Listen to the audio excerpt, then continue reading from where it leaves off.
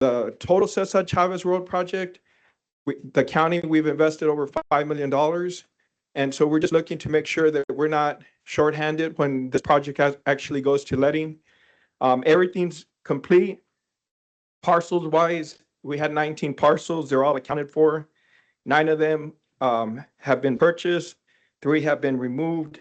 And 7 are currently in closing. So we'll be ready for May. Compensable utilities, there are none.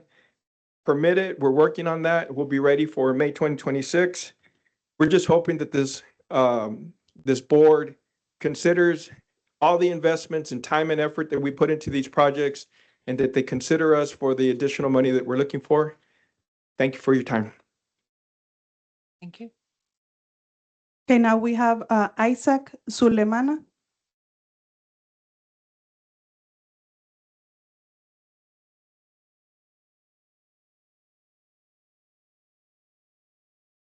Good morning, Madam Chair and members of the Policy Board. My name is Isaac Sulemana, and I'm here today to ask that you please include, it's on item 5 as well, and I'm asking you to include the Old Military Road corridor project between Peñitas, Texas, in western Hidalgo County, and La Puerta in eastern Stark County as part of the revision. Ladies and gentlemen, this project really represents a collaborative multi-entity effort for the good of our region.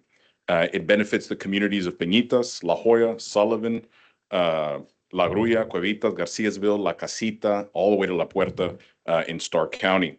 And this corridor is kind of tucked away in an underserved area of Hidalgo and Stark County, but it also represents a critical connection both for regional mobility and national security. And I say that because, as you may be aware, maybe a couple of weeks ago, the United States Secretary of Defense directed the establishment of a national defense area that runs here along the border in the Rio Grande Valley. We have reason to believe that this designation will increase the availability of border security funds for projects such as this. This corridor is critical for national security and regional mobility because Old Military Road runs parallel to the Rio Grande River. And in most areas that it serves, it's also the southernmost lateral connector between these communities. In many areas, this roadway, unfortunately, has fallen into complete disrepair, and we desperately need additional funding to begin its improvement. It's critical not only for use by members of the community, but also for our federal and state partners such as Border Patrol, Homeland Security, DPS, National Guard, and more.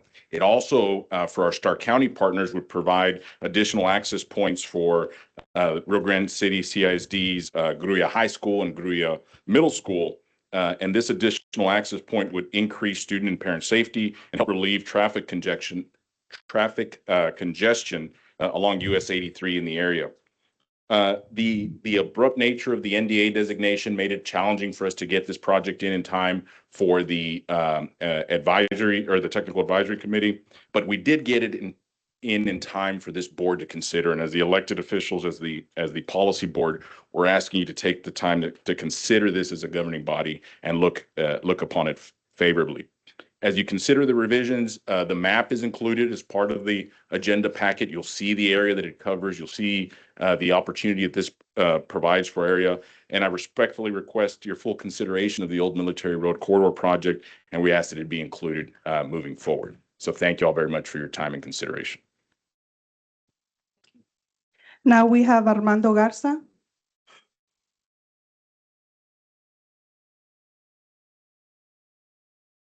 Okay. Yeah, Mr. Cantu, we're good. So now we have Jorge Arcaute.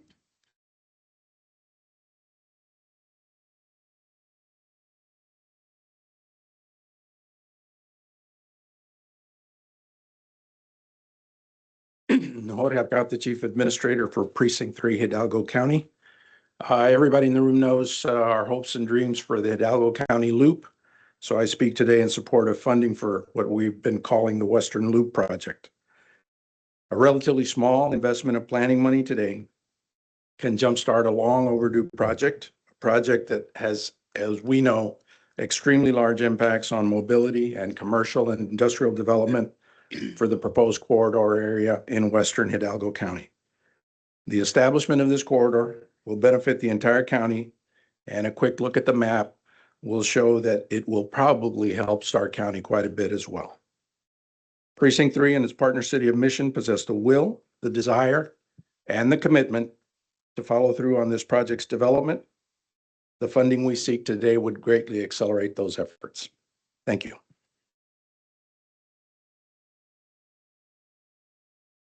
Now we have, thank you, Mike Perez.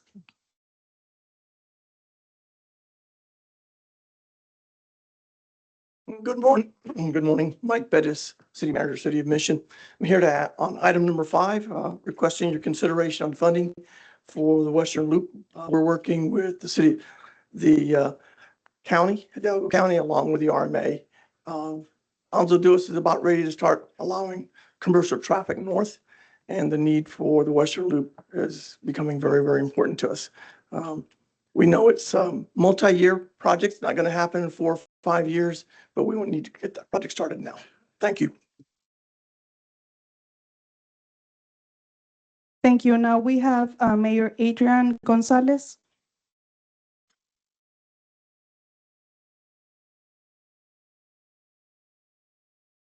Good morning. Want to thank you all for allowing us to be Excuse here me, this- it's Mayor and also Martin Garza. Yes, thank you. Thank you for that correction. Again, good morning. I want to thank everyone for giving us the opportunity to be here this morning.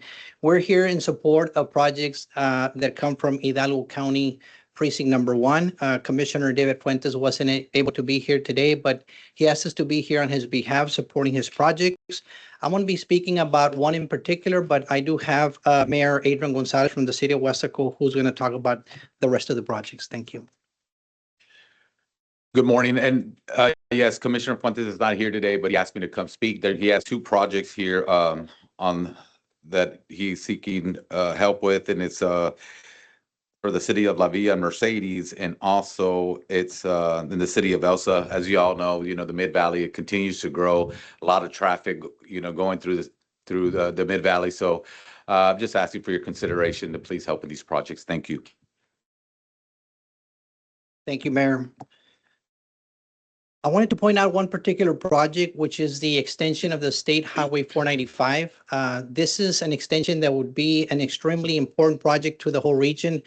As we know, as you all know, the city of Weslaco and Precinct 1 is working together to accomplish and finalizing the project between Mile 6 West all the way to FM 1015, which is about 3 miles of a corridor. What we're trying to do is close a gap here between 1423, FM 1423, all the way to Mile 6 West, which is Valverde, all the way to Westgate.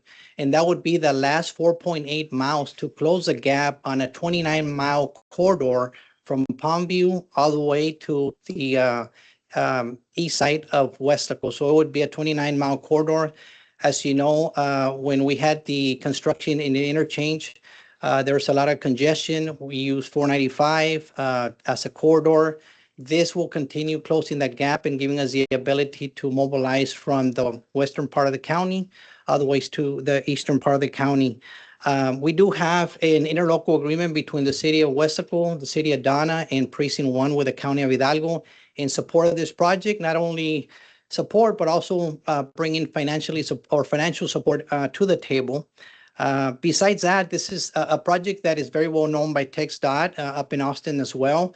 We do have a letter from Mr. James Bass, the Executive Director from TxDOT, that was received here at our local office in April, I believe. Excuse me, your time's Of up. 2020. We thank you for your support. We'll be passing out that letter. Thank you. And that's all the public comment we have. Thank you, everyone. We'll move on to the consent agenda. Item 1, authorize MPO Chair to sign Resolution 2025-10 to appoint Michael Medina, MPO Executive Director, to the Border Trade Advisory Committee. I second. Okay, we have a motion and a second. All those in favor say aye. All opposed, same sign. Motion carries. Moving on to discussion and action items. Number 2, approval of minutes for June 25 of 2025. Madam Chair, on the minutes, if I'm not mistaken, I believe there's an error in the vote. It's reflecting 2 votes against And I don't believe, on that matter, I believe that Hidalgo County RMA was the only vote against. And,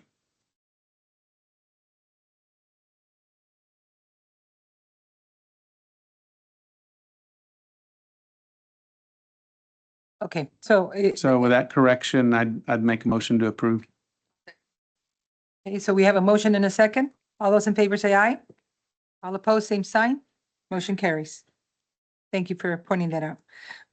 Item number 3, discussion and action to approve the Unified Planning Work Plan, Resolution 25 through 2028.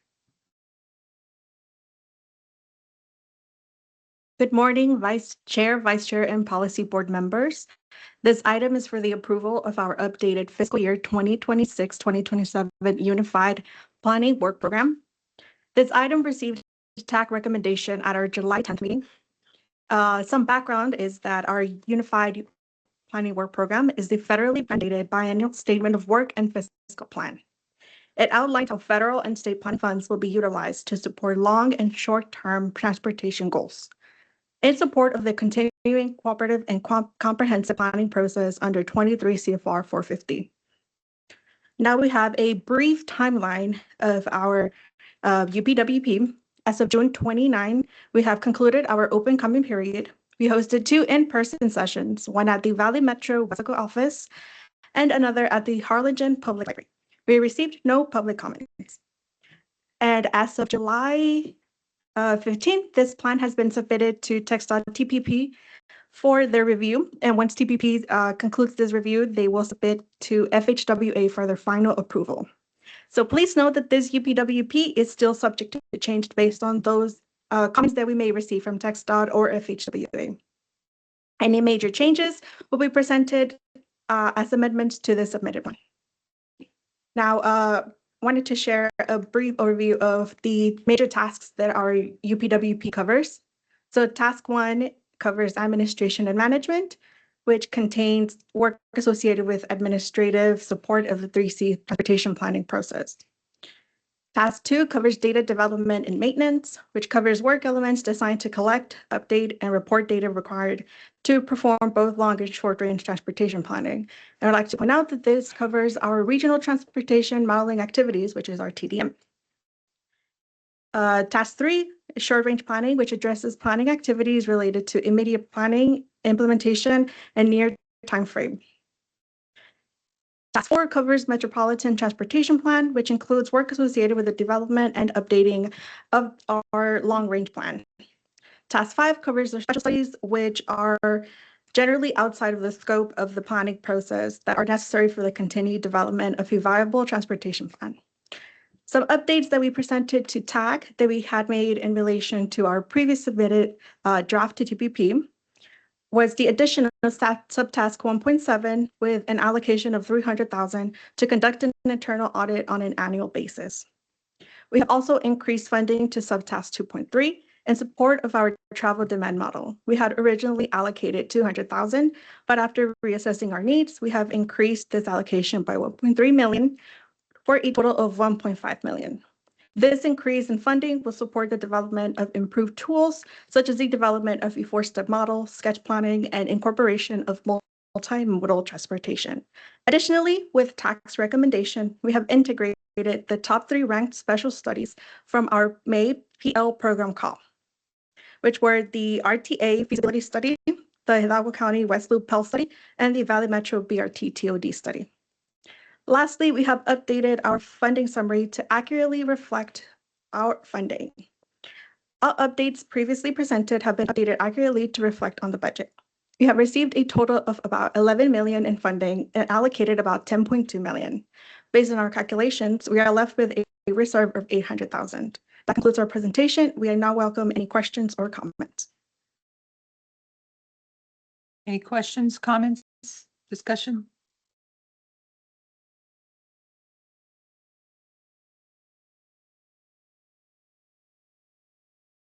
Do we have a motion to approve? Okay, we have a motion and a second. All those in favor say aye.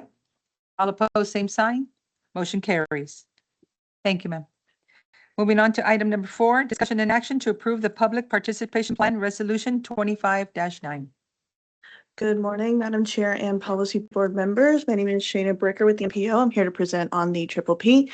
It is a federally mandated document outlining how our organization communicates and coordinates with the community.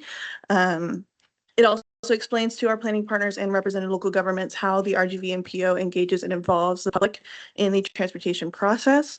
23 CFR 450.316 requires that the MPO develop and use a documented participation plan that defines a process for providing reasonable opportunities to be involved in the metropolitan transportation planning process. Adoption of the Triple P addresses a recommendation from the current federal certification review. Recommendation number 16 was to recommend periodic review of the effectiveness of the procedures and strategies contained in the participation plan to ensure a full and open participation process under 23 CFR 450. A quick timeline of the Triple P's development was from mid-February to mid-May of this year. Public comment period started May 30th. The TAC recommendation for approval occurred on June 12th. Public comment period ended a week ago, July 14th, with no public comments. And here I am presenting to you all. Some highlights include just a clause about periodic review, that we would be committed to an annual review of the Triple P, just to ensure that we're keeping up with the most effective procedures and strategies for public participation. It also includes the 7-day comment period, just in the case that we would miss a deadline if we didn't have a public comment period, a full 30-day public comment period. This is because the MTP, the TIP, the UPWP, and the CMP normally require a 30-day comment period, but in the case that we would miss out on any funding or deadline or anything, we have the option for as little as a 7-day comment period to ensure we don't miss out on funding or any major deadlines.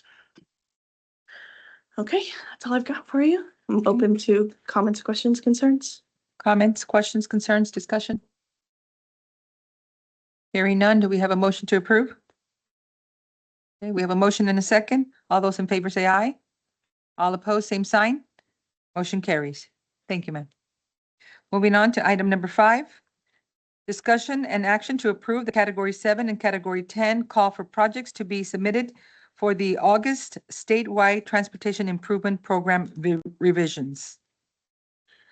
Good morning, Madam Chair, Vice Chair, and board members. The subcommittee reviewed the applications for the call and presented a list to the TAC. The TAC then amended the list, voted on the item, and presented the list in front of you now. With presentation, staff will now go over a presentation of the results. Thank you, Chairman Worsham, and thank you, Madam Chair, members of the board. Good morning. So for this particular item and in your packet, we have a presentation to give a brief overview of what the purpose of this particular item is and how we're addressing the carryover of Category 7 funding for our highway projects. So just to highlight for the presentation, we address the carryover, demonstrate fiscal constraint. Fiscal constraint means that we have a budget to go by that is allocated to each MPO and district in the state of Texas via the UTP, or Unified Transportation Program. Also a review of fiscal year 2026 call for projects. So on this particular slide here, it shows where we're at with our current funding in our transportation improvement program. On the highway side with our Category 7 individually listed projects. So in fiscal year 25 through 28, it shows our allocation versus what we have programmed. We can see what we currently have as of the May STIP provision, our last provision cycle, is just over 13 million in fiscal year 25, with an additional 58.7 in fiscal year 26. Fiscal year 27, over 82 million, and then also over 133 million in fiscal year 28. So just a note to mention for the development of the 2050 Metropolitan Transportation Plan, or our long-range plan, we do need to have both the short-range plan, which is the TIP, and our long-range plan fiscally constrained as mandated by the federal government, or FHWA, Federal Highway Administration. So the focus is fiscal year 2026. The 2025 Unified Transportation Program allocation is just over 34 million. That's what we received to our MPO. So fiscal years 23 to 25 shows a total Cat 7 carryover of just over 100 million, 102 million to be exact. So the total available amount to program in fiscal year 26 is just over 136 million.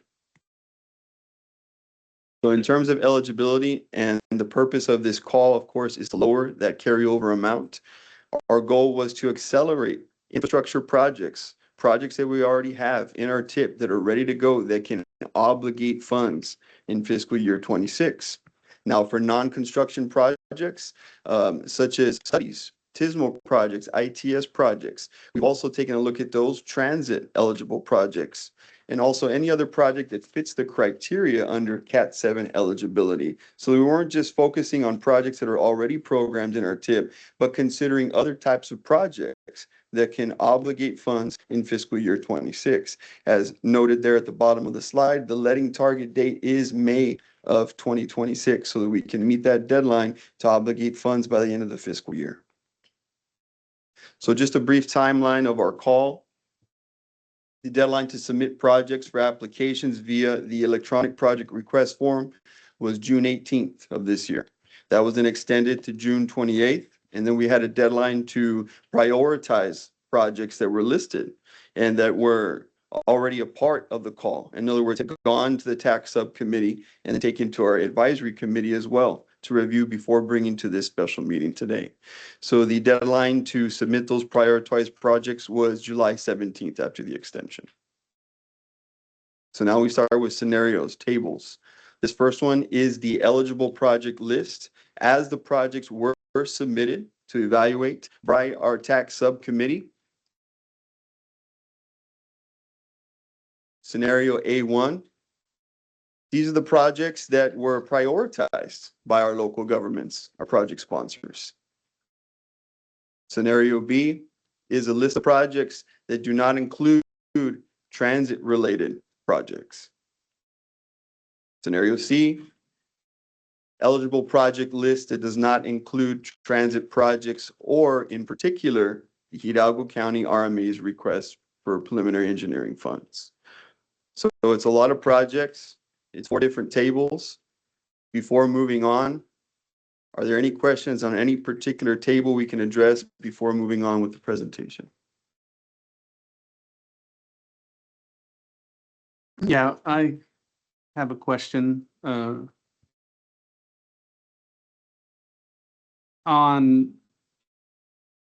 there projects that we're seeing on here that, or let me say it this way. If we're seeing a project on here, particularly, the scenario that I believe comes from the TAC, then it's eligible, I guess. In other words, are there any projects on here that are not eligible for whatever reason? The only projects that wouldn't be eligible are projects that are being moved from an outer fiscal year. Let's take, for instance, fiscal year 27 or 28 in our current improvement program for added capacity roadway projects. Those projects already have Category 7 funds allocated to them. It would require moving those funds from fiscal year 27 or 28 into fiscal year 26, along with the requested amount for this particular project. So let's keep in mind the fiscal constraint issues we have in our TIP right now. So as shown earlier, where we were at as of the May revision cycle, fiscal year 27 and 28 are already extremely overprogrammed.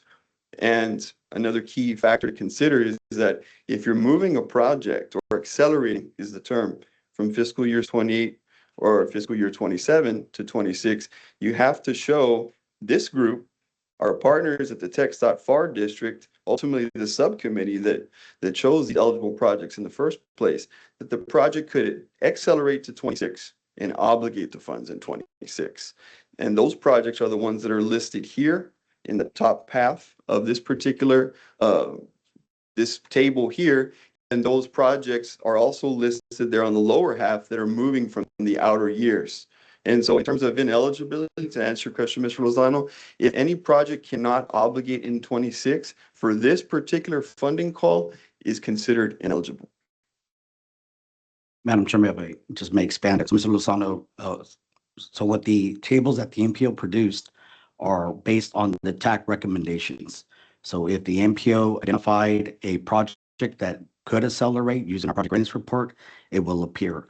And we also included the TAC recommendation. So just based on all the scenarios that the MPO have produced, which is scenario A, A1, B, and C, these are coming directly from the TAC recommendation. That was one question, and might as well get a few of them out real quick. The other question that I'm trying to understand is, and how this all works and it needing to be fiscally constrained. I think if I read right, there is one scenario that is labeled as fiscal constraint. But yet you're giving us table A, for example, and it came from the TAC. Those projects are all eligible, but I don't see that label there. And I guess I'm trying to get my arms around what can we consider? I mean, when I read this, if you have 130 million and change that we're trying to allocate, and we know that Exhibit A shows that we currently have program 69 and change, then anything that you're recommending, do those two numbers together have to add up to what we're trying to allocate? Yes, sir, that's correct. So the $136 million that Rudy spoke about, it's the goal. So whenever we have a amendment to the state plan, if you will, or we call the State Transportation Improvement Program, is that we have to demonstrate to TxDOT and the federal partner that we are fiscally constrained, Got it. right? Yeah, I So- guess that's why I'm wondering. I just don't understand. And again, I apologize that a lot of people understand this and I'm trying to get up to speed on this, but I guess the blunt question would be is why would the TAC bring me table A that's not fiscally constrained and me be looking at that over my weekend? Y'all had a nice way to take our weekend. But no, that's good. That's good. I'm looking over this stuff and I'm trying to understand and like, why am I getting this from the TAC if it's not fiscally constrained? I'm trying to understand how that works. Can you speak to that a little bit? Sure, I can try, and then also let Chairman Worsham elaborate a little bit more as representative of the advisory committee. But I think going to the subcommittee with all the projects that were eligible was an attempt to consider every type of project that could obligate in fiscal year 26. Now, not to say that we don't have extreme needs in this region in terms of added capacity roadway projects. We can clearly see that on our short range plan and our long range plan, how much money we have programmed and by our speakers today that showed that need for roadway projects. But in this particular case, and to lower this carryover, the need is to program projects of any kind that can obligate funds in fiscal year 26. And I think we displayed that by taking it to the TAC subcommittee and letting them evaluate projects that could obligate in fiscal year 26. And the truth is that the projects in our short range plan are mostly added capacity projects. Now, these projects, by not going to construction on time, have caused delays and have not allowed for those monies that are allocated to the MPO to obligate in time, therefore contributing to the carryover. So we considered all options, everything that we could do to lower that carryover. Okay. I hope that answers your question. If not, I can try. Right. Mr. Lozano, if I may just expand, so what Rudy is saying is that for the last several years, and what TxDOT has told us, is that starting in fiscal year 23, is that there's been a carryover. And we create carryover when there is access funding. So we, the MPO, first, can you go back to the tip slide? So right here. So based on the Unified Transportation Program, the commissioners every year update this, and they project 10 years worth of funding. So we, all the MPOs, have to use this in accordance to not only because we're a partner with TxDOT, but there's also a 10-year requirement at the federal level. So essentially is that when we look at fiscal year 25 through 28, that allocation is what we call a dollar in, a dollar out. So every time that we program, we should be programming this money to the T, if you will. However, when there is no project readiness report in place, what happens is that not only does this body and previous bodies nominate projects for acceleration or for programming, if they're not ready, once they move up to the state level for review, we can either look at it from a perspective of, is it ready? This is what we call a 24-month living schedule, or it's not. And when they're not, they have to be moved out of that fiscal year. So remember, the project may move with or without the money, but the money will carry over. So this carryover of about 102 million is currently what we're trying to address. The other issue with the carryover is that there is a Texas Administrative Code rule that says that if we are over programmed 200%, which we are by far that, is that the state may come in and remove, if you will, the category 2, which is the TxDOT or the FAR district money.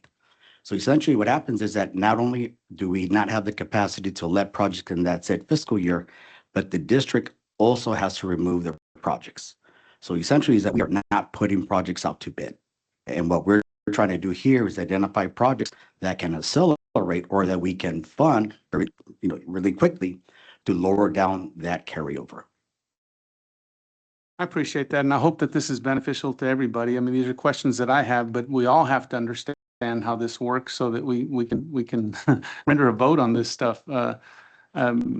Okay, and I want to appreciate the MPO staff and what's going on here. The fact that, we recognize that this is critical for our area, regardless of where it goes or whose project it goes to, the fact that it needs to go somewhere. And we don't want any of that not good stuff to happen where something's taken away or we lose funding or something. So this is great work. But in order to render a vote, today we've had people speak very passionately about topics or subjects, projects in their own area. And that's totally understood. But we're sitting here in just a moment needing to take a vote. And I just want to have my arms around what we can consider and not consider. I mean, I was under the impression, for example, that if it's not on our short-term plan, what's that called, the TIP, well, then how are we going to allocate funds to it? Can we? I mean, that's the question. And when I go read how the UPWP, what that is and how that works, and the MTP and the TIP, all of these things and how they interrelate and work with one another, the one thing that I come away with very for sure is that I am grateful that we have staffs and career people who understand how all of this works. Because, I mean, one day I'm appointed and all of a sudden, and everybody knows I make conitos, I don't do this.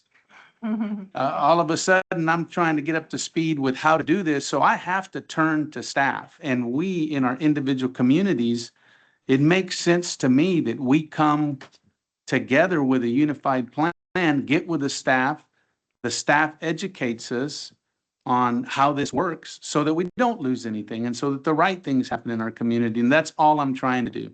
The Hidalgo County RMA is here to serve. You almost get this sentiment or this impression, and it's one that I want to dispel. And I look out to the whole general public here, anybody who will listen to me.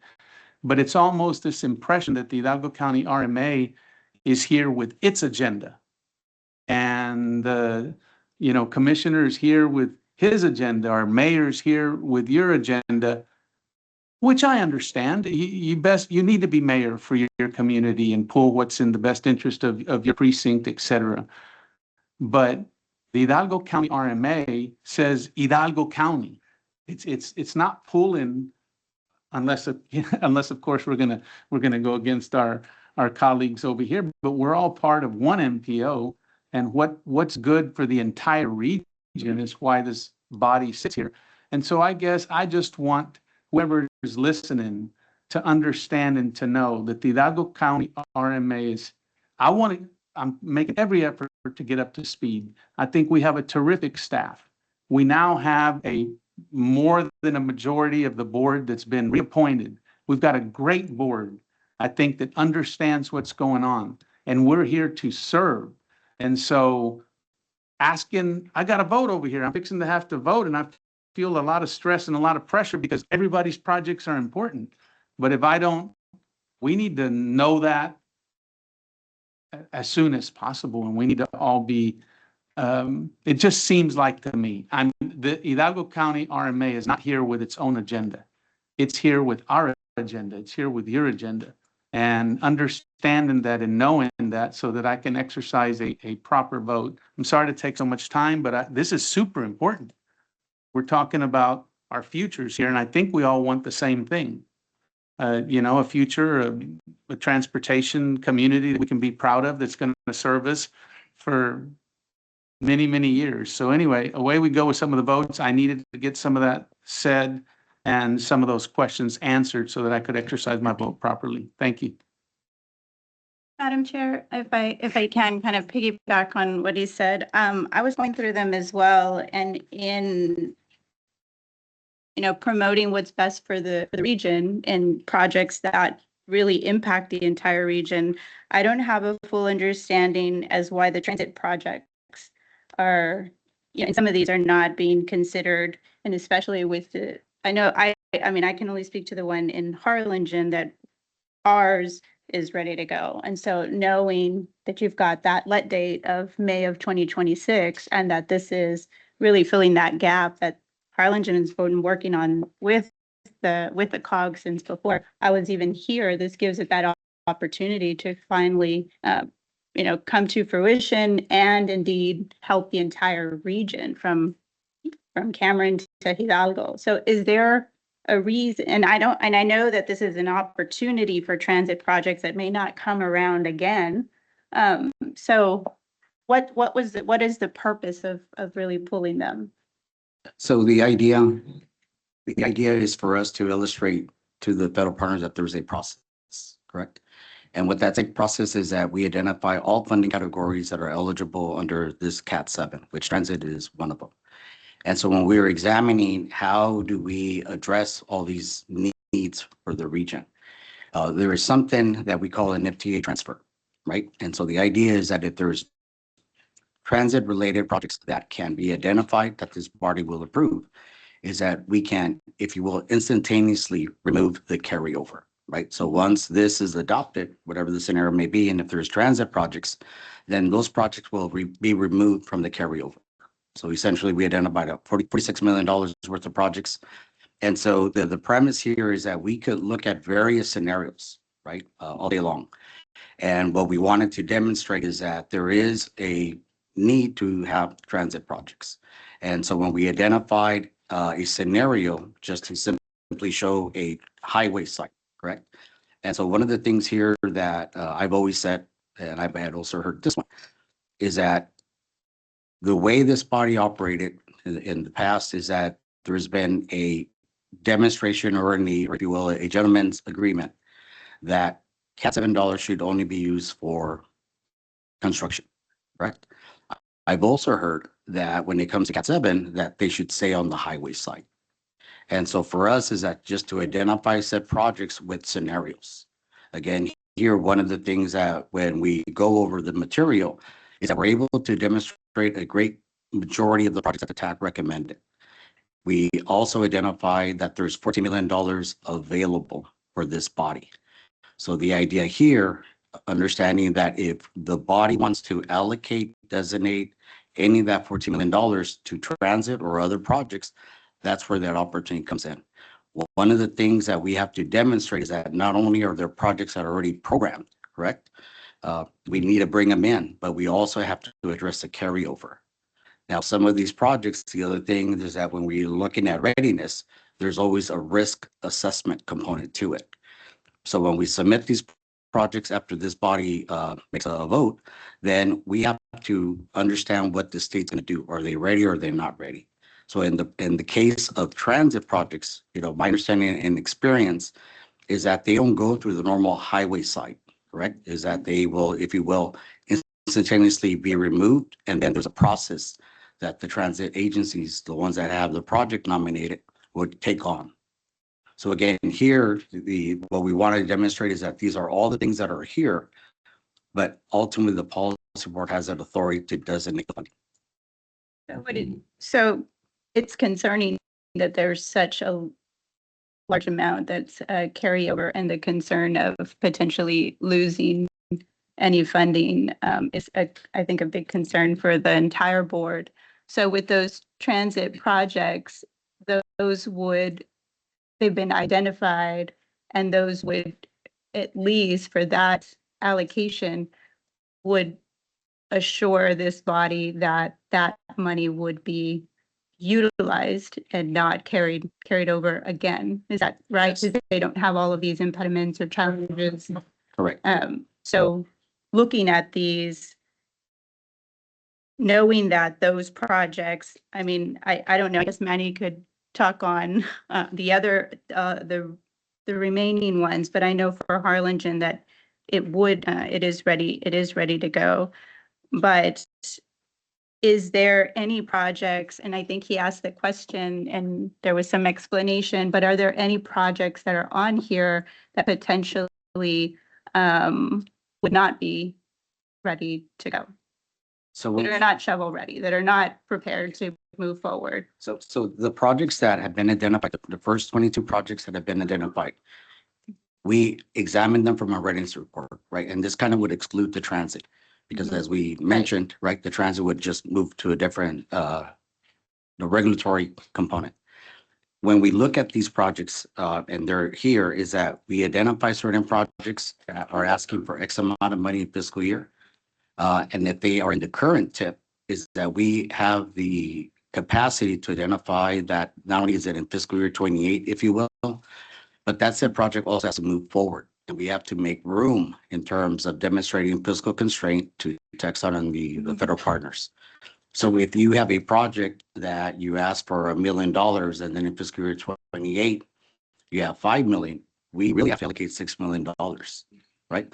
So when we're looking at the project readiness report, which is body approved at the last meeting, that was the whole goal, right? And I do understand that a lot of these projects that have been identified, and then also to include the exhibit C1, like the example is we need to acquire right of way. Now, we here at the MPO can't really predict what's going to happen in the future, so we have to rely on the partnership.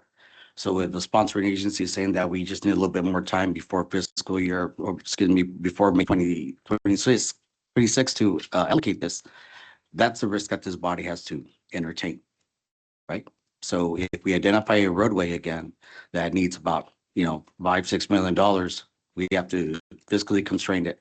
If our readiness report says that it's not really within range of the 24-month schedule, you all can approve this. The risk again is that once it goes to TxDOT, they may have a different opinion of it letting. In that case, then those projects would be identified to the MPO. We would come back to this policy board and we would have to find another $6 million from that fiscal year that it came out of, right? And as you look at the tip table, is that we are grossly over programmed. Now, when it comes to federal rules, there is no formal way to ask for the FHWA or FTA to go through a process to say we need to be over programmed 2 million, 3 million, whatever it may be. So at any given point, we make submittals, the FHWA and FTA can say that our program to include the tip and the entire MTP is not meeting fiscal and financial constraint. So again, the objective here was to identify projects that are eligible. We, the MPO, really can understand what the applications are going to be submitted. But what I can say is that now I understand what the priorities are for the region based on these submittals. Madam Chair, I have Robert, I want to express my, I don't want to make it any harder on you, but I've been coming to these meetings for 2 decades and it's always confusing. It's always a process and it changes. I'll tell you that right now. But one of the things that I don't see on here that would help me make a decision, we're talking about project readiness and you mentioned that you had it at the last meeting. I apologize. I was not at the last meeting. However, there's no indication on here to me, how many parcels do we have for one of these? When I ask my staff to tell me, is Benson or Nolana eligible for this? Should we try to push that for next year? And they tell me, well, we have 47 parcels that we have to acquire. I have a pretty good idea that it's not going to be ready next year. So I'm not going to try to get it in there for a money grab. I just want to make sure, because if we have $102 million carryover, that means that there's significant projects that were not ready, and what happened to those? Did they get pushed further out? Did they drop out? Are they still being carried on this list, and are they any closer to being ready? Those are the questions that I have. Right. So the answer is yes. So the subcommittee of the TAC took the available project readiness report, and we do have details. We have comments, right? So there is the RPIC of the agency, and then TxDOT has a program manager. And so, if you will, this is one of the focal points that we try to understand as we make recommendations. So the first 22 projects that were nominated by the subcommittee to TAC are the ones that will, according to the recommendation in the readiness report, move forward.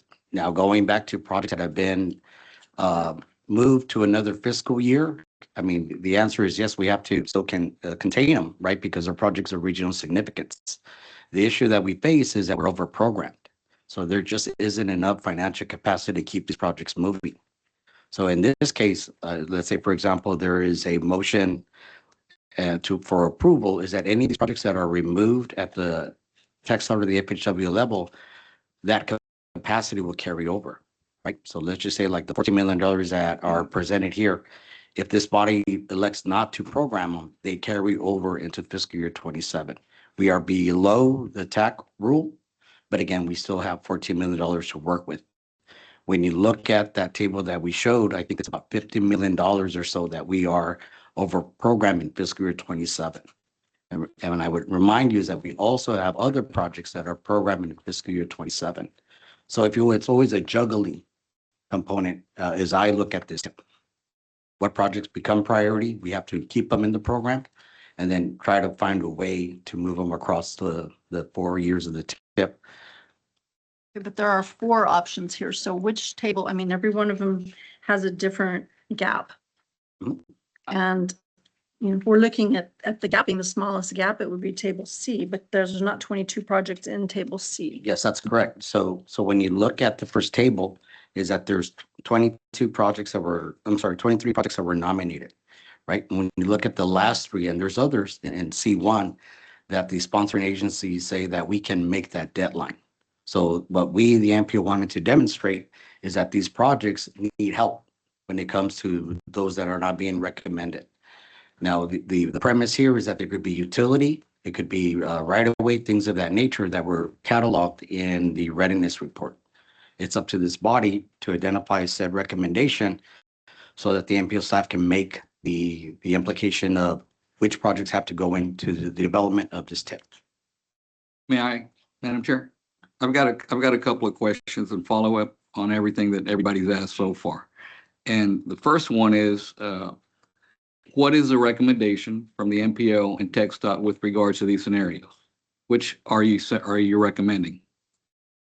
Which scenario? So based on our recommendation at the MPO, we are looking at table C. Okay.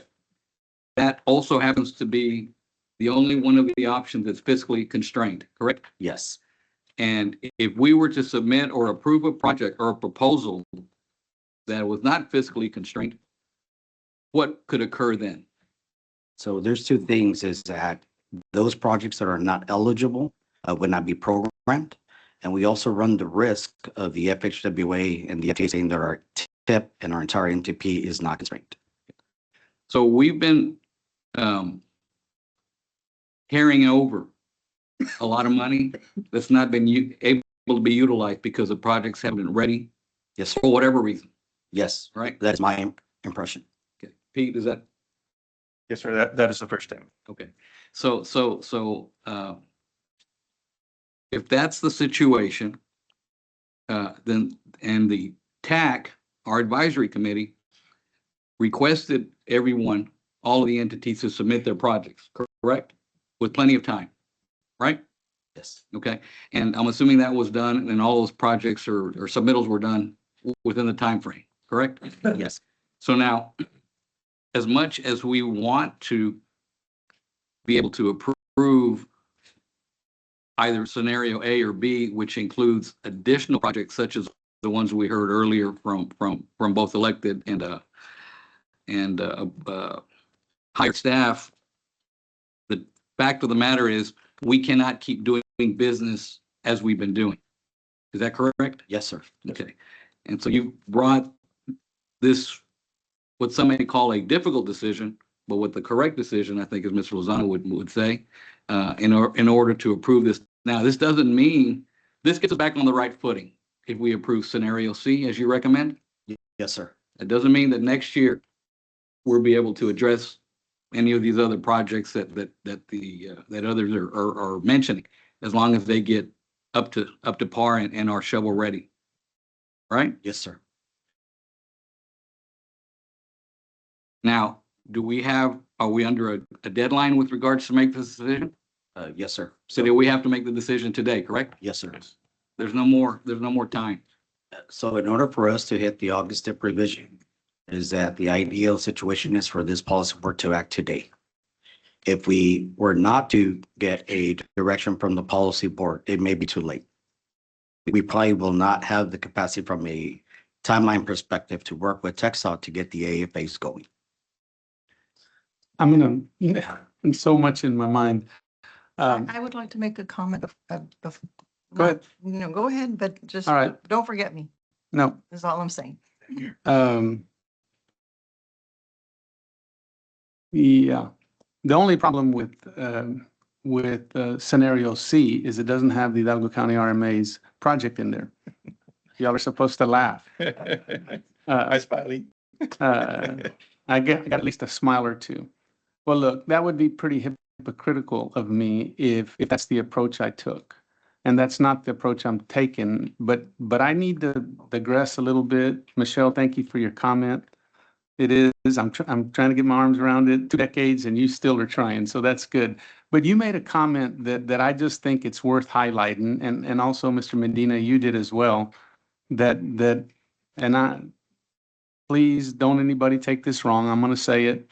It's what's in my mind. It's what's in my heart. Your comment was that things change, they change and you don't, and your comment was gentleman's agreement. Well, I want to challenge ourselves. I want to speak to each of the policy board members and really to anybody who'll listen. I mean, we're wired that way. We're built that way. I mean, if I give you my word's my word. It's a gentleman's agreement. But in matters such as this, where we're serving the public, gentlemen's agreements ain't going to cut it. You don't know whose hand I shook. I don't know who you shook. So if it's not in the bylaws, and I want to thank Judge, your request to take a look at them and redo, et cetera, that's on the table right now. So that's a very good endeavor. But if it's not in the bylaws, if it's not in our policies and our rules, in the rules that we're being told by the state and by the feds and stuff, how can we go down any other path? So that's just a challenge to ourselves.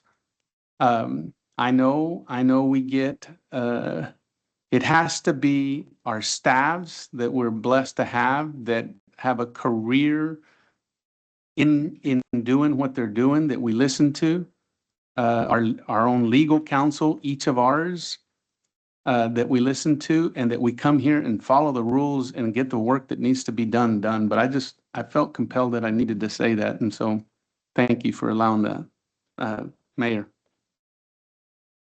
And you're absolutely correct. And Michelle, of course, things do change, and this is a very fluid situation.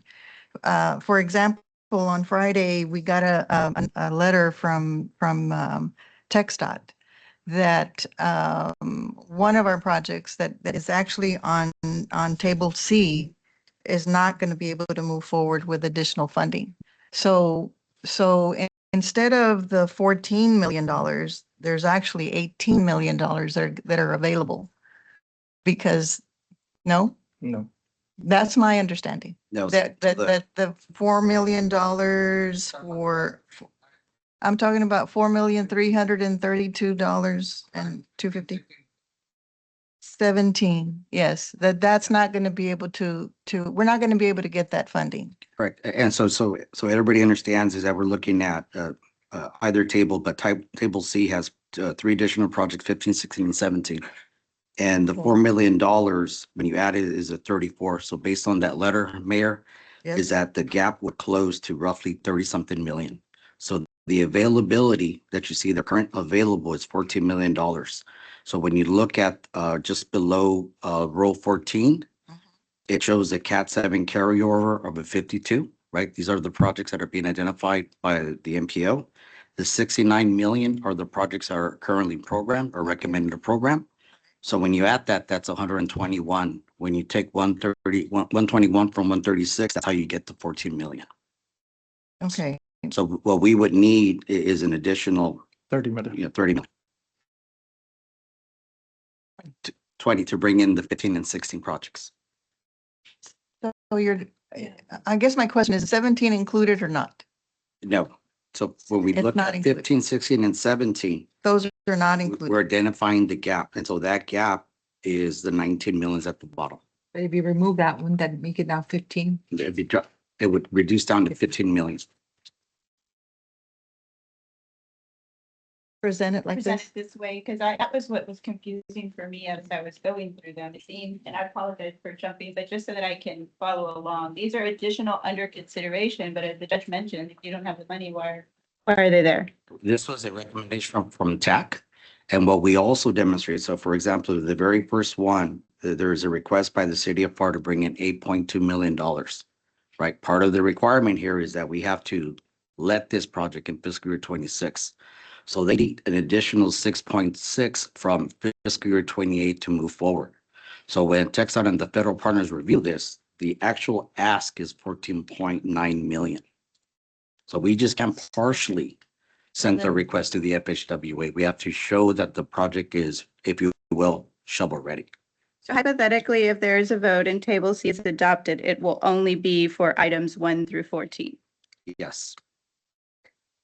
If that's a recommendation. And there is no additional funding that could be allotted to other projects. Well, yes, I mean, the $14 million, The 14 Mayor, million. would Okay. be the, if you will, we left 14 million on the table. And that wasn't by, I'm sorry? And To so- choose from those? Yeah, from those or the others So that are then presented. the available, I'm sorry, so then it was my mistake. So there's only $14 million available. Yes. For additional projects that are not listed here. Between 1 and 14.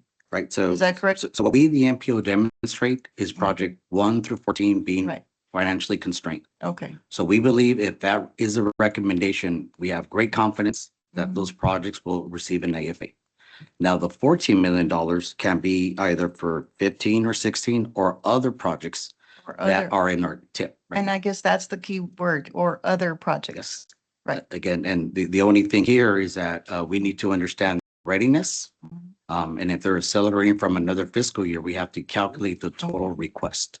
Okay, well, I would like to make a motion and then continue. Before we make a Okay, motion, no, let's hear everybody out. No, and continue with discussion. I'm not ready for, and it doesn't even have to be second.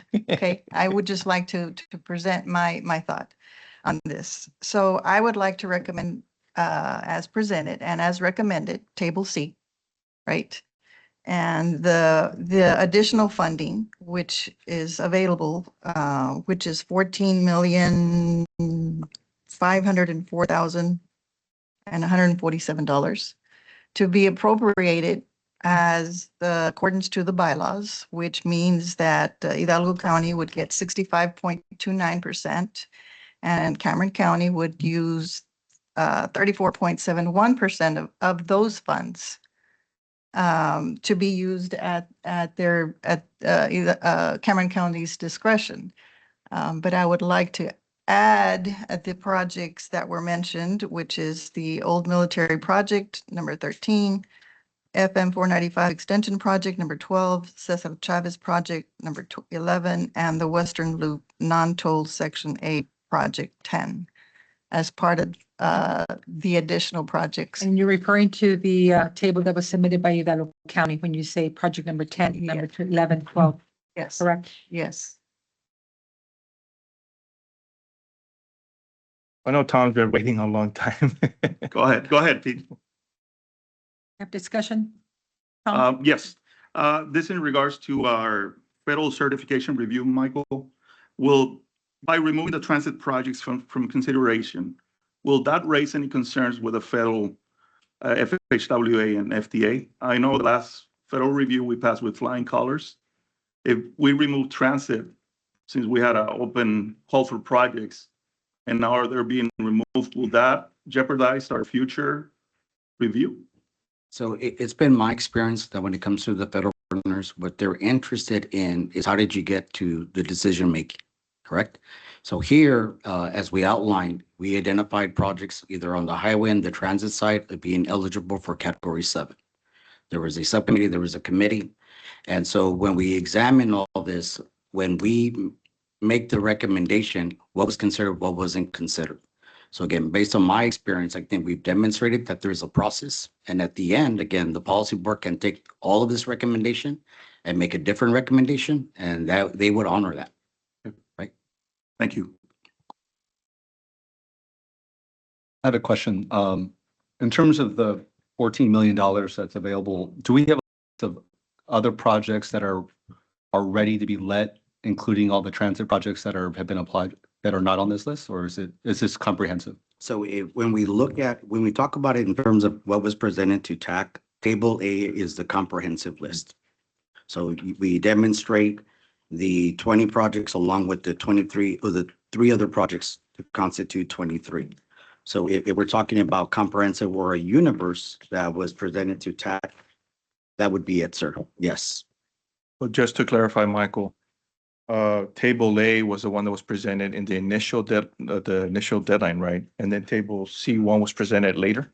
So when you look at Table A, this is the recommendation from TAC to the policy board. And But at the time, Yeah, was Table yes. C1 presented to the TAC as well? Which one? C1, No. the No, sir. additional table. This is the Hidalgo County one? Right, so I guess let me just clarify, is that Table A is the recommendation that came from the TAC to the policy board. And when we are examining, are we fiscally constrained? The answer is no, correct? And so what we at the MPO had asked is for the sponsoring agencies to submit a priority listing. So this is Table A1. So when you look at Table A1, this is the scenario where we are trying to bring in the top 2 of every body. When you look at B, this is the example without transit. When you look at C, this is the example without transit and Hidalgo County RMA project. So, So I just wanted to correct, Yeah. or kind of clarify something on Table A, the first gray and white projects up to 1 through 20, was taken from the subcommittee and presented to the TAC. At the end of the TAC meeting, the initial list was amended to include the orange ones, and that's what was voted on at the end of TAC. So initially, the presentation to the TAC was 1 through 20 from the subcommittee. okay, but that gives us the largest number of the gap or the over of almost 63 million. That's just everything that was submitted. That's everything, That's okay? everything that was So submitted. that's not fiscally constrained, right? Okay, then Table B eliminated some, but we're at 52.6 million over, right? Yes, sir. We're not fiscally constrained there. You and your staff went back and came up, I'm assuming with TxDOT also, came up with C. Yes, sir. Okay, and that's the only one of the options that's fiscally constrained, but it allows that 14 million that the mayor was referencing, that still has some ability to move around some of these projects. Yes, sir, that's correct. And can I just say, as a Hidalgo County representative, we also collectively, there were some recommendations that were submitted. While we understand that there is an application deadline, and we do have a committee and a subcommittee that serve as filters for recommendations to the policy board, at the end of the day, final say is with the policy board. And therefore, there were some recommendations that were brought in, and some of those were spoken to by some of the representatives that came in from the precincts and some of the cities. And they came together and put together this table C1 that you see before you. And it just broke it up by Hidalgo County projects and Cameron County projects. And if you look at this here, with the elimination of project number 9, which a letter was received from TxDOT that it's not eligible, that would bring down that cost to 103 million and 8. With Cameron County with 35. I know we worked out the percentages there, which now would change, but this too was a recommendation for consideration to the policy board. And as you can see, Were all of the projects submitted on time? no, Okay, well, that's a problem, Commissioner, because if the deadlines, everybody applies or complies with the deadline and then some don't and want to have the projects included, well, guess what? Then we want to go ahead and add some other projects if we're not going to abide by the timelines. And I don't think we should be doing that. I understand this is the problem we run into every year, and it's gotten us into this bind. It's not picking a Cameron or an Hidalgo County project. We got to stop that. And the reality is we need staff and the technical tech to be able to tell us these are the most project shovel-ready projects we've got. If all of them were in Cameron, good. If all of them are in Hidalgo, great. If half and half, great. If it's 75, whatever that number is, it really shouldn't matter to us anymore because I think we've already been at this now. I hate to say this, but I think I'm the only one who was here when we got this started. I think Commissioner Cantu was part of our initial group. But it's incumbent upon us as policy board members of the RGVMPO to make the decisions that follow the guidelines and, more importantly, the recommendations that every project submitted, both at the state and at the federal level, are shovel ready. And if your project that you consider priority number 1 is not shovel ready, then you, whatever entity it is, needs to make sure that you get it shovel ready to make the decision easier for us to say all of these are in fact shovel ready, even though we're over the number. And I think that's the problem. When you go back to that slide, you're at 1452 and then the other one. By years. Yeah, by the years, that one. We know we can't do that.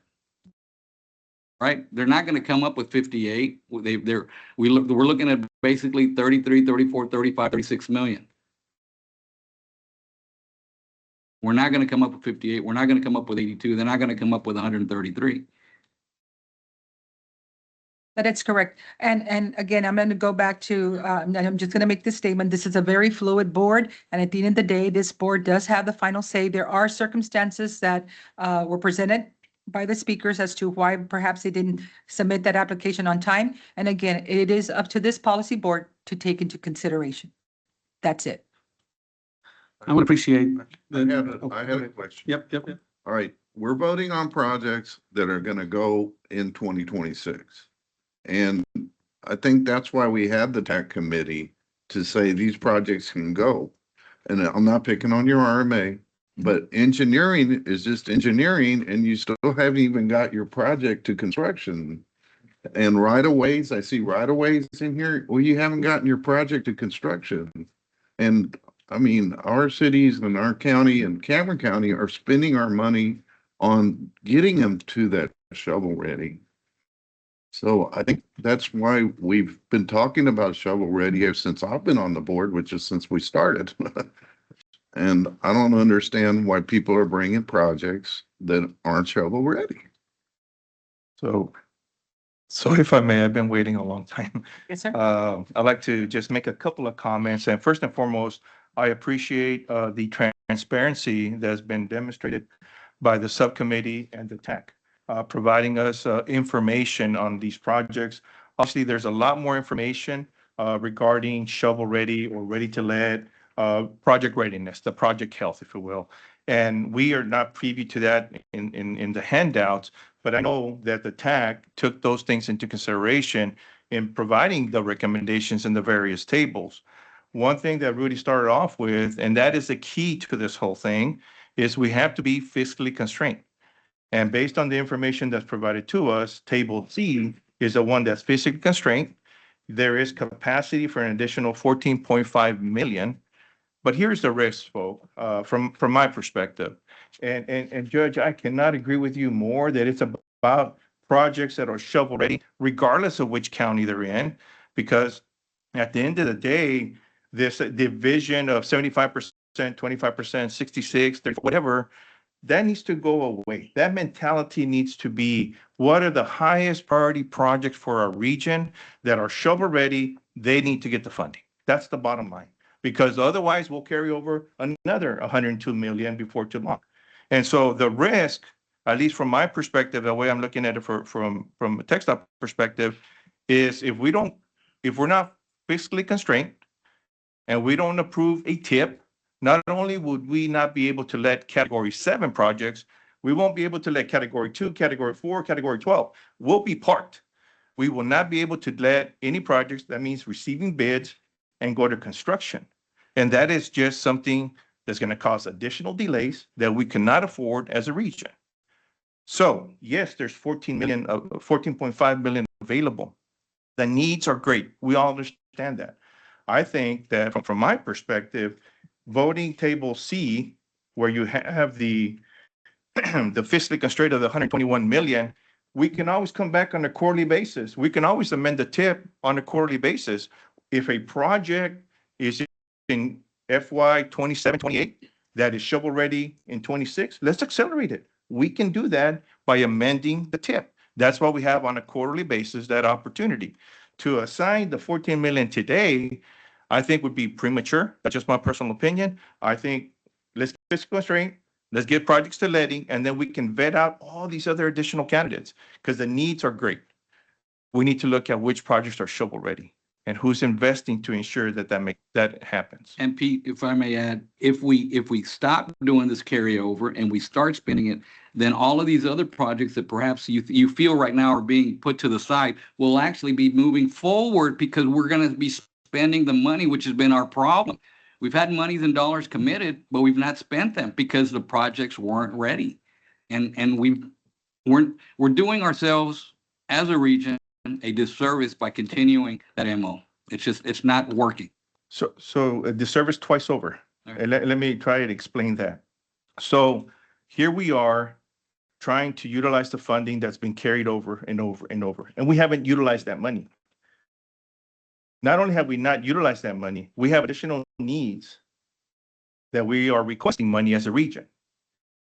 In the grand scheme of things, the question is, if we at the MPO were to go and request an additional $100 million for the purpose of discussion, the question by TxDOT and others is going to be, you have 102 million you haven't spent. So not only are you carrying over 102, it's costing you an additional 100 million perhaps because we haven't utilized the funding that's available. So it's hitting us twice over by not utilizing the funding today.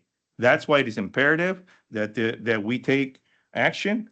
We approve the fiscally constraint so that we can then go ahead and utilize the funding. So as the needs continue and the projects develop and mature, then we can go and ask for additional monies. Question. On table C from 1 through 14, can you tell me which of these were carried over from the previous year? If any at all?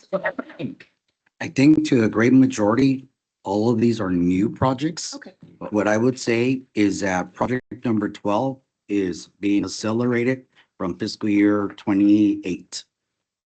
So like in this example, they are asking for just $500,000. And then we, the MPO, demonstrate that the actual need is 15. Okay. And so the reason we do this is because this is one of the projects that has been identified to go into the August tip rich. Okay. I just wanted to make sure that was the case and we weren't just each year bringing back the same ones and continuously having this issue of, So, having yes, the ma'am. carryover year after year. So what happened to those projects that caused this? Where are they at? So essentially, you every quarter whenever there's a step revision, you actually do that, right? So on the next agenda item, we print out the illustrative list of everything. And we are telling everybody, including this policy board, this project is either accelerating or moving, and they have to move to a separate, pot of money and even fiscal year. So we actually do that every quarter. And so this builds over time. And when we look at fiscal year 23 to up to now, this would constitutes the $102 million. So I think that we as MPO staff have confidence now that we have the readiness report that we can identify the opportunities for projects to accelerate. But more importantly, the readiness report is to understand if certain milestones that we need to be keeping in a closing examination, because again, we're moving in time and they're developing a UTP. So the opportunity here is that we have to execute the AFAs. We have to make sure everybody is moving forward, because remember, this is federal assistance.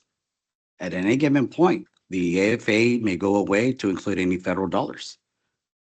Okay, that's fantastic. I just wanted to make sure that you felt confident and that the recommendation is that this is going to solve this issue, or not solve it, but get us closer to where we need to be so we're not having these issues and at risk for funds. And so the other thing I wanted to point out is that I wasn't completely aware of how that worked until the judge pointed it out. If there are items that were presented after the deadline, and I can appreciate the fact that this policy board can deviate and adopt something that was not timely. I just don't think it's good precedent for this board to do that, because we really need to be pushing and ensuring that we have everyone submitting and everybody is on the same playing field and not adding additional projects as we go. So the way that I read this was that Table C was the most, I mean, the money that you have that you can allocate. This is obviously this one would be the one to adopt given the limited monies that are available.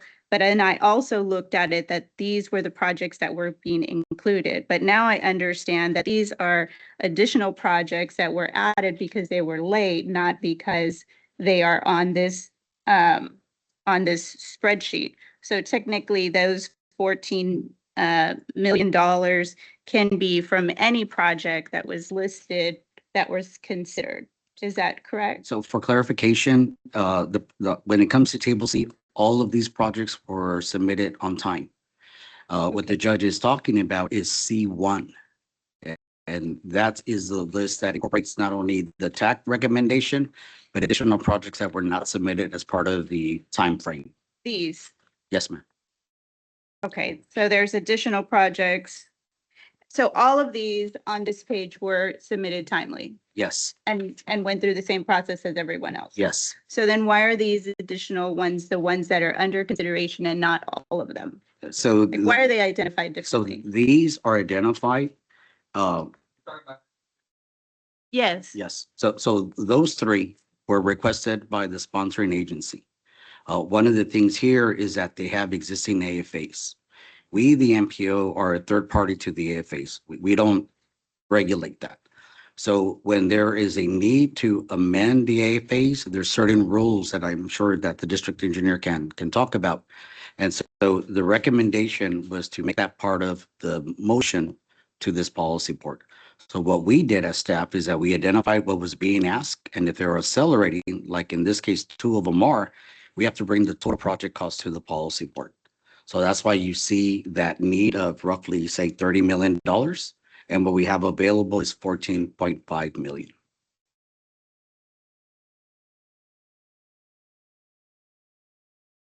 So what happens if none of them are funded? If this policy board elects not to fund 15 and 16, is that they stay in that fiscal year, which is 28. Which is where they're at. Correct, right now. And so they're in 2028 and we could potentially fund other projects. Yes. Which I would recommend that we recommend some of the transit projects because we know those for sure will be completed based on what you mentioned earlier. So what they will help, just for clarification, is that they would become an FTA transfer and they would be removed from the carryover. Right. So And they so just- then yeah, you could yes. bank on that is not going to be a problem next year when we're talking about this, that those monies were allocated and they're not part of the carryover. Correct. That's a guarantee. That is practice, Right. yes. Okay. And the others are, we hope so, and limited risk. So the ones that will remain in the tip still have to follow the FHWA requirements. No, I'm saying the others that are on table C. Yes. Are all vetted and you feel confident that those will go forward. They're limited risk that we will not come back here next year. Yes, so the risk is minimized. So I have a question. So on table C1, can you tell us what here, other than the concern with some of these not having met the application deadline, what here would makes this not possible? Because this table C1 pretty much includes everyone or everything. Yes.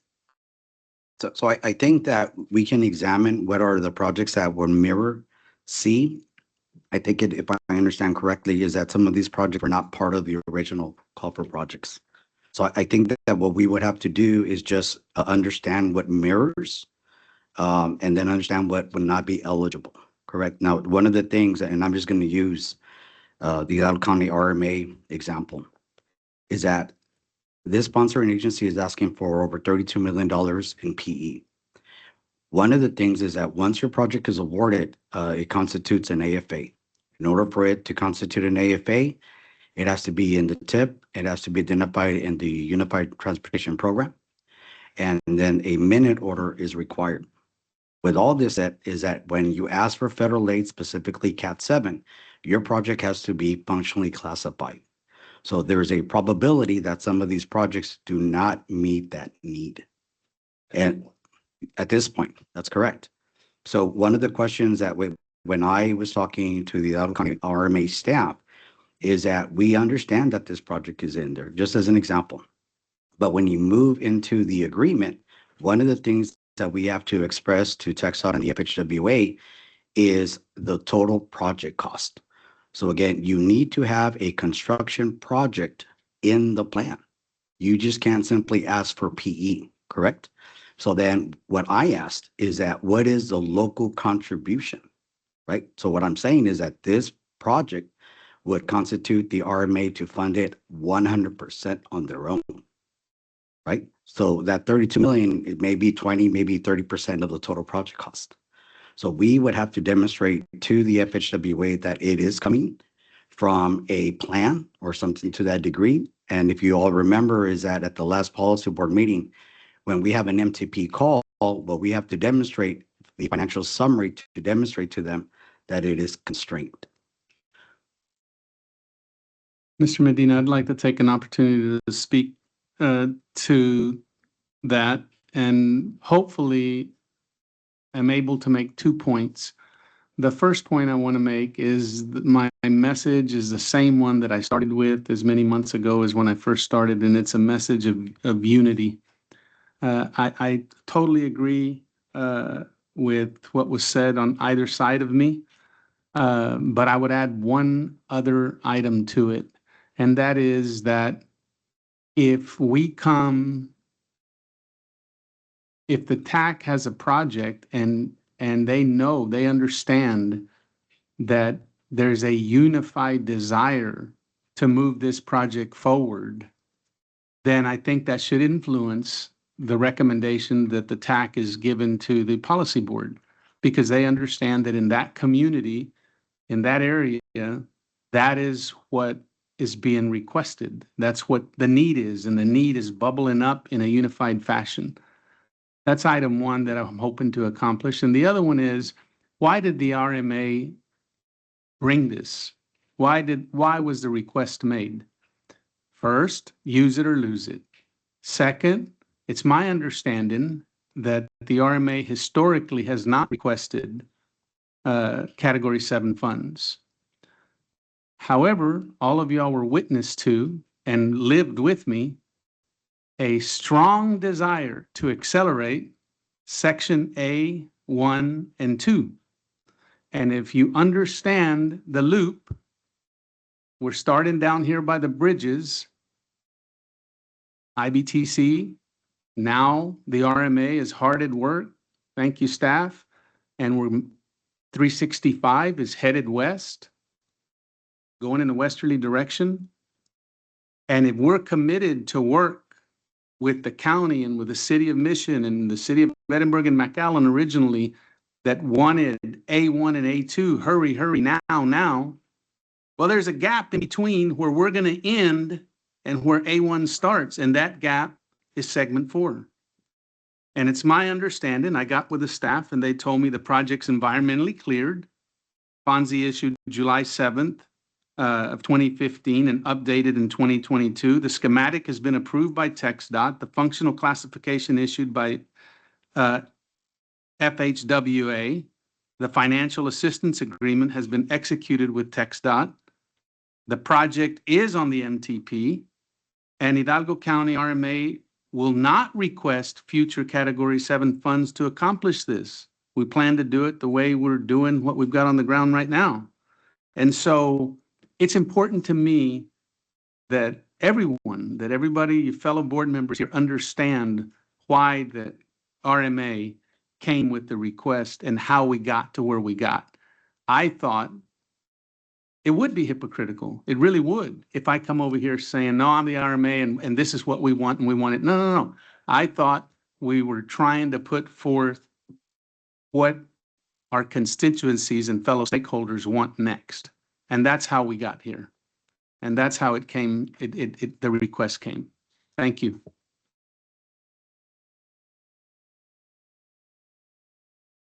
Just for clarification, the GAP project you're referring to is the green dash line? That's part of 365 Tollway Segment 4, is that correct? Yes. Right. So it's separate and apart from the Western Loop project, A1, A2, and C. Yeah, but my comment and the reason I make it is in order to have well, I mean, you could do it, I guess, any way you want, but I would think that if we're going from down here in a westerly direction, you go to what's next. And that's the only reason. I'm trying to give understanding and reasoning as to how our staff came up with and why we made the request to begin with.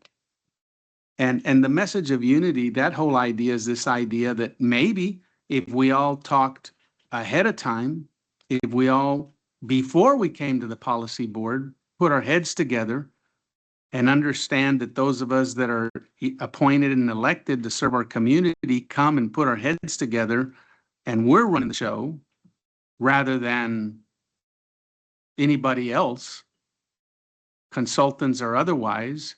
It needs to be run.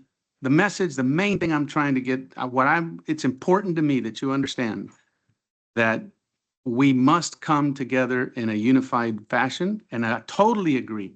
Unity crosses the county lines. Let's just look for our region, and each of us are going to look at our area, including our cities. But when you look at, and that's why I said what I said earlier, we're the Hidalgo County RMA. We don't have a specific agenda to one item or what we're for the county. And furthermore, I take this opportunity to say, and we stand ready, any community that doesn't have the staff or doesn't have the ability that's trying to get a project accomplished, the RMA is here for you. We're standing by, we're waiting, and we want to work for you. Right now, the belief was to accomplish what we went through here with hurry with A1 and A2, that the next thing would be segment 4, and that's why we brought it. Enough said. So again, I'm going to go back to that county submitted one. What part of this is a no-go, other than, the applications coming in late, and in some instances, due to circumstance, what part of this does not work? Madam Chair, Why if I doesn't may, this there not was a work? couple of things I noticed looking at the list just here briefly. There's 3 projects that were mentioned during public comment that are key roadway projects, clearly. But the concern, I think, and what we're afraid of is if we try to program funds on projects like these, that the Federal Highway Administration is going to kick it right back. And then we don't have the opportunity to program these crucial carryover funds. The Western Inner Loop has identified an unfunded phase, 2 of them, in our unfunded list.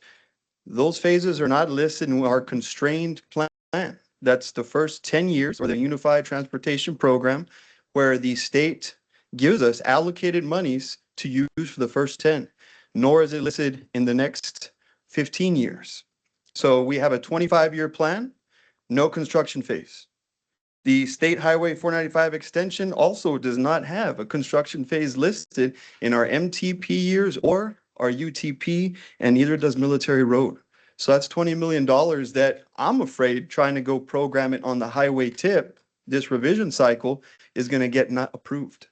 So those were just three that I noticed right now, but I think that anything that our tax subcommittee or our advisory committee did not get a chance to review and recommend to this board might also be in jeopardy of not having approval by the federal government. I think, Question. So there was two thoughts. Mr. Medina, I think you said that we needed to make a decision even on the $14 million today. Is that correct? no, so here, what is before this policy board is table C. Right. But we as staff can demonstrate that we can program $121 million. The policy board can elect to roll over the 14 million, correct? Okay. Into fiscal year 27, we would be below the 200% threshold. So in other words, there would be no penalty to the FAR district. That is what a favorable recommendation could be. Or this policy board could allocate that $14 million to any of the projects that the policy board would like. Right. And so I think if we just take the opportunity here is that if you all remember when I met with you all, one of the things that becomes very important now is that it's my true belief that if this policy board programs down below the 200%, is that we understand that we still have a gap in terms of funding other projects that are in our current tip and our long range plan. One of the things that I have not had the capacity to do is communicate with executive TxDOT staff. And the reason for this becomes very important because we need to develop a strategic plan. There are many MPOs that go and represent on behalf of the policy board to the commissioners. One of the things I would like to do is not only present myself before the commission, but also to demonstrate to the TxDOT commissioners that we here in the Valley have zeroed out, if you will, the carryover. By doing this is that it would allow me to fully communicate to the executive leadership at TxDOT to say, we can do it here now. So if we have funding gaps, which we have funding gaps, we can ask for money. And I think a lot of us know here is that what the commission does is that they provide strategic priority funding, or as we call it, CAT 12. So the goal here, not only is it important to be fiscally constrained to demonstrate to the federal partners, but also to start that dialogue. It becomes very important because at the last meeting, the district engineer mentioned that we have to start leveling off our funding. Currently, Pete, correct me if I'm wrong, but I think it's about 40 billion, and we have to level to about $11 billion per year. So we have to get into the fight when it comes to at the state level, because there's other MPOs that present and they're asking for the same thing here. And the disadvantage is that we have yet to program down the 102. And if I might add, are those MPOs submitting plans that are not fiscally constrained? No, sir. They submit plans that are fiscally constrained. Not only do they demonstrate that, Judge, but they also show a strategic plan that demonstrates how they are working, together, and then how they're funding this. And what they ask the commission is for a gap. The one thing I think first of all, as board members, we're tasked with making the correct and right decision. Sometimes you may agree 110% with it. Sometimes you may not agree with it. But I think I can safely represent, Mayor, I don't think it would be correct to allocate to commit the 14 million at this point. Let staff figure it out. It may well be that these are the ones that they say we can get done. Then we come back and we get it done. Or it may be one of the other ones that was presented earlier today. I think there's got to be some discretion there. And at the end of the day, we have got to provide the tools to our administrator, to their staff, and to TxDOT that we're in this together, not short term, not just today or tomorrow, but 5, 10, and years out, because that was the whole point of getting the MPO. We brought in the money, but we haven't been able to use it. 600 million individually as a valley, and now we're at 3.6, but yet we're not able to spend it because we're running into these walls, and we have got to do the right thing. And that's the task as board members of the RGV MPO, regardless of where we represent. I feel with all my heart and have full confidence that if we do the right thing, all of our communities are going to benefit, whether it's tomorrow or a little bit down the road. It doesn't matter, but we're all going to benefit.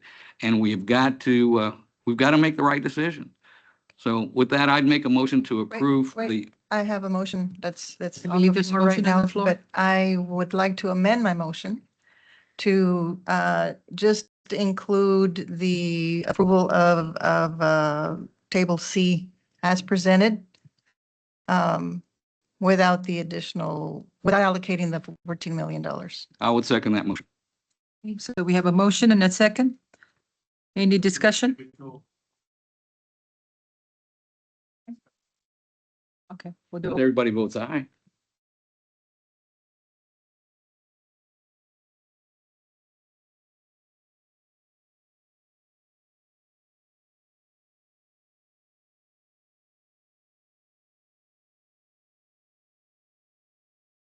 Okay, Hidalgo County, Aye. City of Brownsville. Aye. Cameron County, Aye. City of McAllen, City of Edinburgh, City of Mission, City of FAR, City of Harlingen. Aye. City of San Benito, Starr County, Cameron County RMA, Hidalgo County RMA, Aye. Valley Metro, TxDOT FAR District. Okay. Okay, so motion carries. Okay, next item. Item number 6. Discussion and action to approve the statewide transportation improvement program. Again, August revision cycle and amendments to the Highway and Transportation Improvement Program and 2045 Metropolitan Transportation Plan. Thank you, Madam Chair and board members. This is in a way a continuation of our previous item. All projects that were previously approved in item 5 will now be included into this particular revision cycle, which is the August 2025 revision cycle for our STIP and or TIP. Everything else that is in this packet and that is listed on this summary sheet was submitted aside from our proposed funding projects for Category 7, Category 10. We work very closely with the TxDOT FAR district. As Mr. Alvarez was mentioning earlier, they do move a lot of their projects around and readjust funding and are getting ready for two things: the end and beginning of a new fiscal year, 24-month letting process, as well as the adoption next month of the 2026 UTP or Unified Transportation Program. So due to those changes, we have to move projects around, and that's what this summary sheet entails. So also included are a few transit projects. We had some revisions from both Valley Metro and Brownsville Metro or B Metro. So those are also included here in this summary sheet, and I'd be happy to address any of these administrative or full revision amendments at this time. Any discussion? Do we have a motion to approve? So move. We have a motion and a second. All those in favor say aye. Aye. All opposed, same sign. Motion carries. Thank you. Thank you. Item number 7, reports and discussion, 2050 Metropolitan Transportation Plan Development Update. Madam Chair, as everybody knows, is that we are currently developing our 2050 plan. And one of the things that we wanted to highlight is that we are actually in the transition between 2 TIPs in this development. So we are also in the transition between the current 2025 Unified Transportation Program along with the draft 26 UTP. And so one of the things that we are currently working on right now is the modeling. And so with that said, is that we will be bringing in this current development in 2050 projects that were identified by this body as part of the old plan in 2045 that would align with the 2025 UTP and also the 2026 draft UTP. And so there's just some things up there, but one of the most important things in our discussion with our planning partners is the item when it comes to highway and transit operation and maintenance. is that our current planning documents do not contain this. And so what the federal partners are asking is that in our travel demand model, there are roadways that are identified as regional significance. And I would just use Sugar Road as an example. I just like using Sugar Road. But the important thing here is that we have to demonstrate what we would say is a dollar in, dollar out in terms of maintenance. So if we have multiple cities that administer this, is for us to tell the federal partners the operation and the maintenance of it. And so we do provide at the tail end of this presentation, a demonstration from another MPO. So this is going to be one of the first times, along with financial constraint, that we demonstrate to the federal partners the O&M component. But again, one of the things here is that we would have a very limited call for projects, but that would be utilizing what we call a trends model. And so what that does is that it develops a financial forecast beyond the UTP years. So here we would be looking at maybe 2043 that would band all our projects. And so if you have a project that is of regional significance, we need to understand how we're going to fund that project to demonstrate to the federal partners that it constitutes that project being in the financially constrained component. That's all I have. Any discussion? What's the time frame? So we're looking at bringing this to the policy board in early December. We are also anticipating having public comment complete before the Thanksgiving holiday.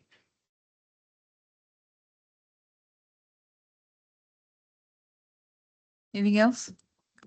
All right, we'll move on to executive session. We don't have anything in executive session, okay?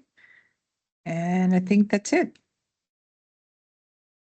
Have just a comment that I want to just bring up here at the policy board as it relates, just one of the things we're having to deal with, and I think we'll all be involved in it, but this whole topic of our overweight corridors and the issues that we're experiencing on the overweight corridors with some of the illegal activity that's been transpiring and what the state is doing, et cetera. It's something that we all collectively need to keep at the forefront. Obviously, for an RMA like ourselves that depends on overweight fees, it's already impacting us and it will continue to impact us. And so I'd like to just bring that up and make us have it at all of us at our forefront of how do we solve this. And really ideally, I think, and what I'm asking the staff, our staff, is how can we, if at all, be part of the solution? What thoughts, ideas, progressive ways of thinking that we can help solve the issue rather than just letting what's happening happen to us? So I just wanted to mention that. It's very important. Thank you, sir. Our next meeting will be at 1:30 on August 27th. And with that being said, do we have a motion to adjourn? You have a motion and second. All those in favor say aye. Aye. All those opposed, same sign. Motion carries.